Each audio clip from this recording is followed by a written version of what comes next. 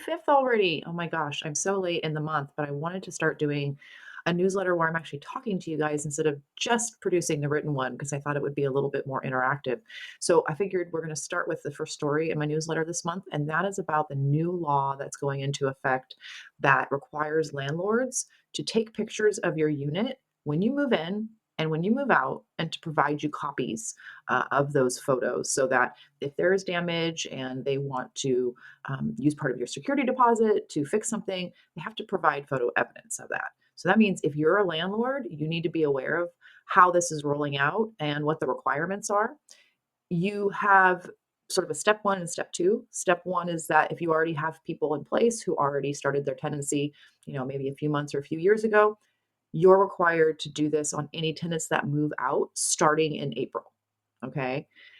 Going forward, starting in July, any new leases that start, you need to take photos before and after.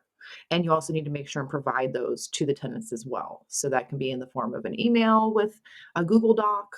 It can be actual physical photos that you take and give copies to. There's lots of options that are defined in the bill. So just want to make sure people are aware of that, whether you are a landlord or a tenant, because it's actually a really good thing.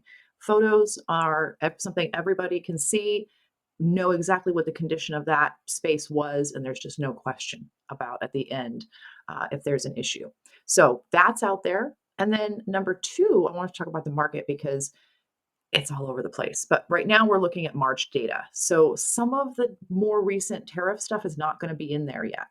That'll kind of show up more towards the end, the whole month of April. We get that data sort of in the first couple weeks of May.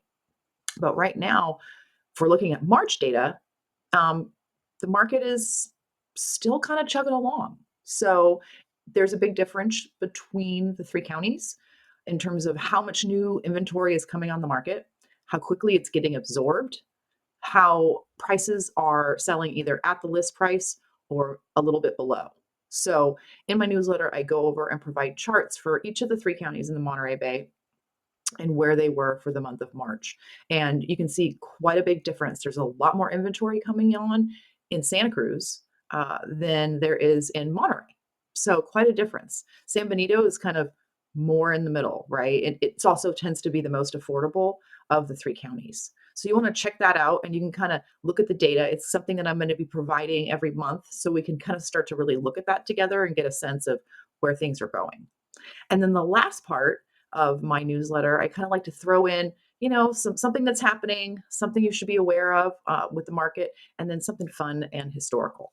So this week I wrote about the little town of Spreckles, which if you've never heard about it, you're in good company because it's a little tiny town just to the south of Salinas. So if you're familiar with Highway 68 that goes out from Salinas to like Carmel and Monterey, there's a little exit you can go to. And this is one of the best preserved factory towns in the United States.